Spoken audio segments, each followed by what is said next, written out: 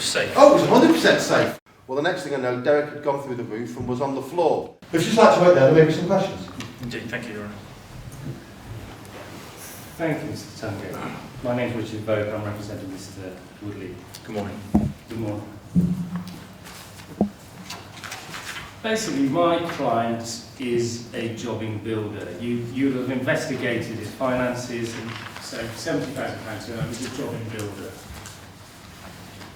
And now and again, as we've heard, we can get the farmer's lad or a mate to come along. And this time he's got Mark Bauer working for him.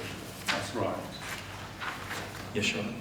Do you know anything, well, you do know something about Mr. Bauer's qualifications because I can refer to the statements that you took from Mr. Bauer on page 30 of the bundle. And to save you time, I can read out to you, Mr. Tungate, so just to save you time. I study maintenance operations, diploma and construction, including bricklaying and carpentry. I've completed a CSCS site card training at college. I was also working on construction sites as a general labourer, and some of which was work at height. I've been doing this since he was 28, and he's 34, so he's been doing that for 6 years. So you'd say Mr. Bowers was experienced in your experience? I'd say he was competent with the work that he was carrying out. Yes. And therefore, and Mr. Woodley, my client, says that he's got a certificate for a telehandler. A telehandler is what? It's a forklift truck with, well, it's a complicated forklift truck, isn't it? It has no relevance to working at height. It's no relevance to working at height, except that it does extend to heights and is used for lifting things off. So I would say that Mr. Bowers has some quite considerable experience of working at height for a general labourer. Would you agree? I would, Your Honour, yes. Okay, so let's go back to one of the points that were made about the preparation for this job. Who would you say is in control of that site? The owner of the land. And they are Arkwrights. That's correct, yes. Large organisation, I understand. £35 million turnover. As I understand, that's correct, Your Honour. Okay, so let me just find where I was. They're in control of the site, so they're in control of who comes on the site. Would you agree with that? Yes, through the appropriately contracted operation that they would put in place. But yes. An organisation like that, they would say who would come on site, wouldn't they? I think they would have agreed the rules for who should be on the site and who should not. Okay, well, let's have a look at those rules, shall we? Site rules, page 49.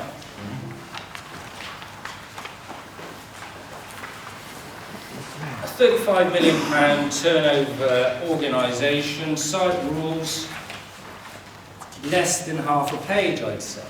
Is that unusual? Is that what you'd expect?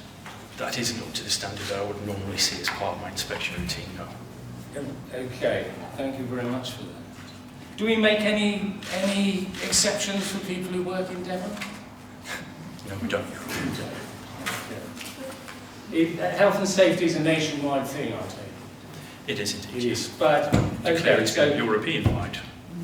European-wide, indeed, European-wide. Not after March. Yeah. We can all celebrate. Let's not get into that. We've only got half an hour. Anyway, so I'd look at those site rules. All activities which involve working at heights will require a permit, sorry, this is up 3/4 way down, which can be obtained from Colin Moore. These must be received each day for the duration of the work. I don't see any examples of these permits. Have I missed out? I didn't see any suggestion of those. None of those permits, let alone one produced each day. And Colin Moore, we presume, who's Colin Moore? I never got to speak to Colin Moore. But we're presuming he is part of the Arkwrights organisation. He's been appointed on site, yes, on behalf of Arkwrights. Right. Thank you very much, Mr. Taylor. Okay, let's move over the page down to the methods statement. Mr. Vogt, before you do, have we established whether Wheels and Builders were actually given a copy of the site rules? That's That would be part of the witness examination. So that may be coming in due course? Yes. Okay, thank you very much. Thank you, Rob. So, That's just to remind you that he's here. on to the method statement details here. Method statements, 2 pages, cost, site security. Do you think that is produced specifically for this job, or do you think that's something that they just provide each time? I'd be surprised if this hasn't been put together from some form of previous template. Previous template, thank you very much. Okay, I don't want to take too much more of your time, Mr. Tungate. You've been in the box quite a period of time, but I'd like to go to Exhibit EW03, which is on page 53 of the bundle, which is the risk assessment. Yes, you're right. Okay, again, there's a lot of things to consider, but let's just concentrate at working at height. And if we look at the controls to be introduced, we've got there safety net fitted and then crossed out. Safety net fitted. Would you expect safety nets to be fitted in this type of job? I think when we examine the hierarchy of control with regard to the safety on this operation, clearly we can't avoid the task, which would have been the preferred option, work underneath the roof or something. But having established that wasn't possible, then some form of collective safety measure, then absolutely, such as a platform or a safety net, something that would have looked after the whole crew rather than just the individual. May I say that's an excellent explanation of why a safety net might have been appropriate in this situation. Who would have paid for the safety net?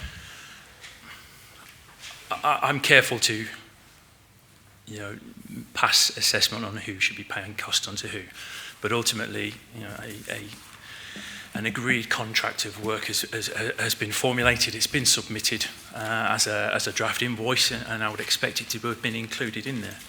So it wasn't included in there, and from the previous statements, I would suggest that it's quite clear that the people who put together the risk assessment would be the people who provide the site control measures. It's control measures written down in the risk assessment by the people in control of the site, which we've already established are arc rights, and therefore I think it's quite clear that a safety net would have been provided by arc rights. Did you get to the bottom of why this job didn't have such safety nets and things like that appropriate type of measure for control measures? I understood it to be partially cost-driven.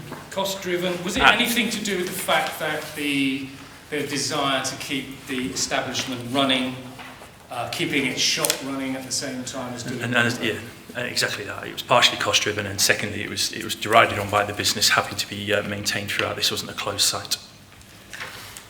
Thank you, Mr. Tungate. So, if I may, we've got Arkwright's a large organisation, well-resourced, I suppose, for its £35 million turnover, keeping its business going, control of the site, using a jobbing builder.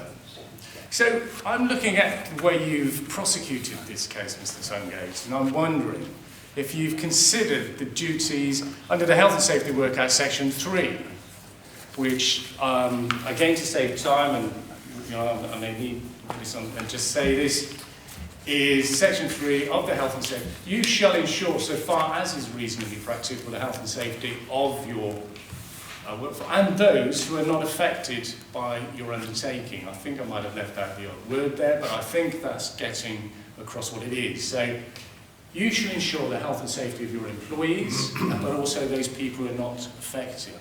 So we've got a large organisation on one side, we've got a jobbing builder who's basically self-employed on the other side. Do you think you've prosecuted all right, but do you think it's appropriate to prosecute building contractors, building builders?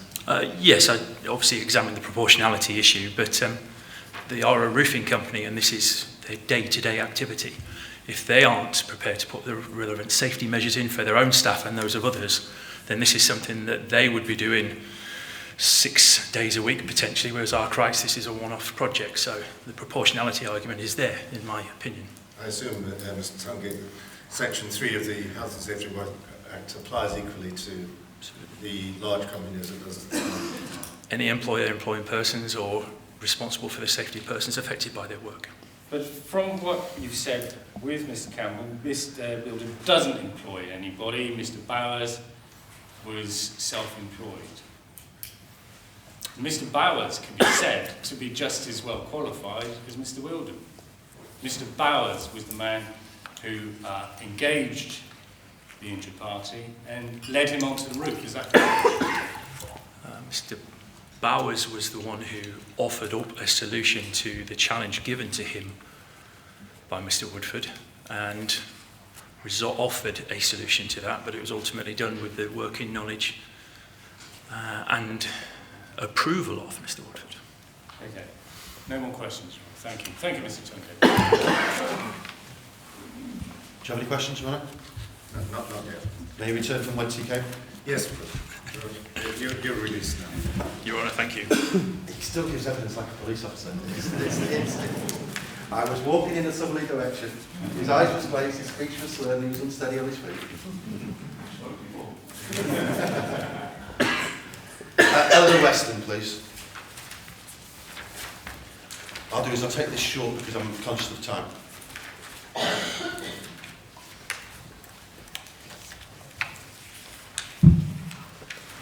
Are you happy to answer a referral? Yes. Could you raise your right arm, please? And can you repeat after me? I do solemnly, sincerely and truly declare and affirm. I do solemnly, sincerely, truthfully declare And affirm. and affirm That the evidence I shall give shall be the truth. that the evidence I shall give shall be the truth, The whole truth and nothing but the truth. the whole truth and nothing but the truth. Thank you very much. Can you give your full name to the court? Yes, Eleanor Weston. I'll take this quite quickly because we're in a bit of a bush, a little bit like the job, which resulted in the injuries to Derek Wanley. Your Honour. Yes, Mr. Campbell, you must refrain from making comments. You will be entitled to make a speech to the jury later on. Oblige, Your Honour. You're the Health and Safety Manager of Arkwright Electrical Components, is that correct? Yes, And you made a statement on in October of last year, of 2 years ago, in relation to an incident which took place on the 23rd of August, is that correct? correct. Before the work started in July of 2017, page 21, members of the jury, you reviewed risk assessments and method statements, is that correct? Yes. But you were influenced by whom? John had written the risk assessment and I reviewed it and made comment. You noticed, did you not, there were some errors in the paperwork? I did. Had you been asked to arrange netting or tower scaffolding? No. Did you speak to anyone about that? Yeah, I raised that with John. And what did he do? We then removed that from the risk assessment. Were you responsible for anything in relation to the site?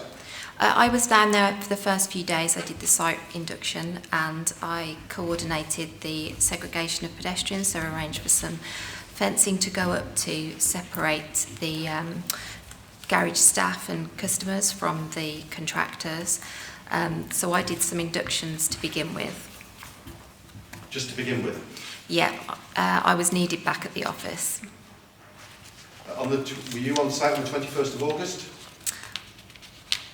On page 22. Were you on site on the 21st of August, paragraph 2? Yeah, that was the start of the build. Did you do anything? I did the site inductions and just made sure that the site rules were being followed.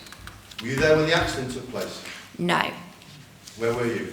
I was on my way to site when I was told that there was that the accident had happened, so I was on my way there. I arrived afterwards. Had you ever met Derek Wanley? No. Had you ever seen him before? No. And that was the first time you'd ever realised that he was on the site when you were told of the accident, is that correct? Yeah. Since this incident, what have you done? We've taken additional advice from an external consultant and he's commented on the risk assessment and our working at height methods. He's also reviewing our approved contractor process. Did you have any influence at all in which contractor was chosen for this job? No, I was advised that the contractor had already been selected for the job. He was on our approved contractor list. If you'd just like to wait there may be some questions. Ms. Weston, Yeah. can you take me through your qualifications again in health and safety? Yeah, I've got a level 4 qualification, and I also had the site manager training. Thank you very much. I'll be very brief. Who conducts the site inductions? I had originally undertaken the site inductions on the first day, and then it was agreed to hand over to John Crouchley, who was managing the site. And what qualifications has John got? Similar qualifications to yourself? Similar, and he's experienced in the work, so he's aware of the method of works, and he'd be overseeing the actual works. Did John devise the works? Yes. Very close. Okay, so, and he would be doing the inductions if you went there. When you looked at the risk assessment, what did you think? I obviously flagged up what I believed to be discrepancies in the risk assessment. Could you give me an idea of what you flagged up? So the safety net that was referred to, I knew that I had not been asked to arrange that with any of other contractors. And you normally arrange those? I would normally liaise with John on any building works and ensure that any contractors had been through our approved contractor list, and they hadn't been on that for that job. So Arkwrights will provide the safety net? We have done previously. And you pay for the safety net? We have done in previous So cases. when you saw that no safety net fitted, what did you think? Well, initially, obviously, it suggested that there was going to be a safety net fitted. When I queried that with John, he then explained that due to the requirements of the garage and the shop being needed to stay open, he had a conversation with the competent contractor who had advised that it was not essential and that they could do an alternative way of working, which was what was then agreed with the scaffolding and the safety harnesses in place. Would you agree that Arkwrights are in control of the site? Yes. Are you in control of people who turn up on your site?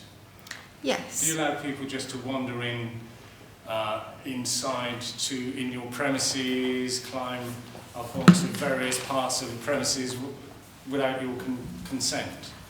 No, that is not our intended method of working. Okay. Thank you very much. Thank you. Do you want to have any questions? Miss, you return? Yes, thank you. Yes, you're released now, thank you. Well, I've lived that by wasn't it? Anything arising so far? Any queries as to why Richard or I are doing things the way we're doing it? I'm not going to charge you. In relation to this job, did there come a time when you realised that there might be some difficulties? Yes, when we discovered the fragile roof. So can you take the jury through what your assessment was? Well, I looked at the job, tried to identify what the hazards were. Did you make any notes of your assessment? I wrote the risk assessment down, yes. Yeah. No, but your notes as to what you were seeing? No.